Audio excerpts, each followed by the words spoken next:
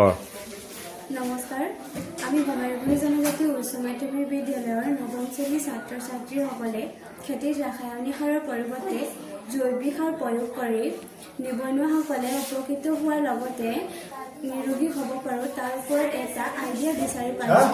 জৈৱিক সাৰ বুলি ক'লে কেঁচু সাৰ কেনেকৈ প্ৰস্তুত কৰিব পাৰি তাকে দেখুৱাব ল'লোঁ।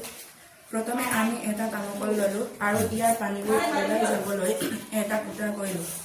তাৰ পাছত আগৰৰ পৰা গোটাই যোৱা পেলনীয়া সামগ্ৰী যেনে গোবৰ, মেটেকা, শাক পাচলি বাকলি আদি দিলোঁ। আকৌ এবাৰ গোবৰ লেয়াৰ এটা দিলোঁ।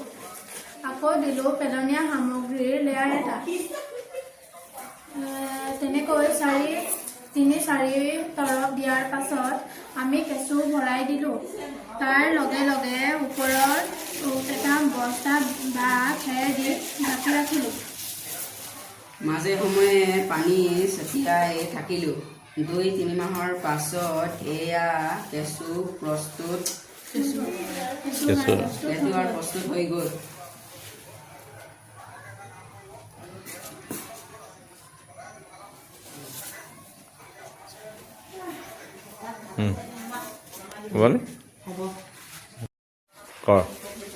নমস্কাৰ, আমি বঙাইগাঁও জনজাতি উচ্চ মাধ্যমিক বিদ্যালয়ৰ নৱম শ্ৰেণীৰ ছাত্ৰ ছাত্ৰীসকলে খেতিত ৰাসায়নিক সাৰৰ পৰিৱৰ্তে জৈৱিক সাৰ প্ৰয়োগ কৰি নিবনুৱাসকলে উপকৃত হোৱাৰ লগতে নিৰোগী হ'ব পাৰোঁ তাৰ ওপৰত এটা আইডিয়া বিচাৰি পাইছোঁ। জৈৱিক সাৰ বুলি ক'লে কেঁচু সাৰ কেনেকৈ প্ৰস্তুত কৰিব পাৰি তাকে দেখুৱাব ল'লোঁ। প্ৰথমে আমি এটা তামোল ল'লোঁ আৰু ইয়াৰ পানীবোৰ ওলাই যাবলৈ এটা ফুটা কৰিলোঁ।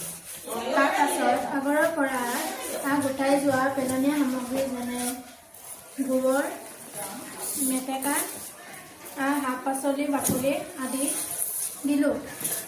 আকৌ এবাৰ গোবৰ লেয়াৰ এটা দিলোঁ। আকৌ দিলোঁ পেলনীয়া সামগ্ৰীৰ লেয়াৰ এটা। তেনেকৈ 3-4 তৰপ দিয়াৰ পাছত আমি কেঁচু ভৰাই দিলোঁ। তাৰ লগে লগে ওপৰত এটা বস্তা বা খেৰ দি ঢাকি ৰাখিলোঁ। মাজে সময়ে পানী ছটিয়াই থাকিলোঁ। 2-3 মাহৰ পাছত এয়া কেঁচু প্ৰস্তুত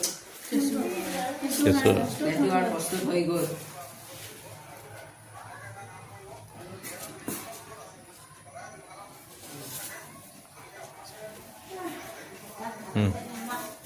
বল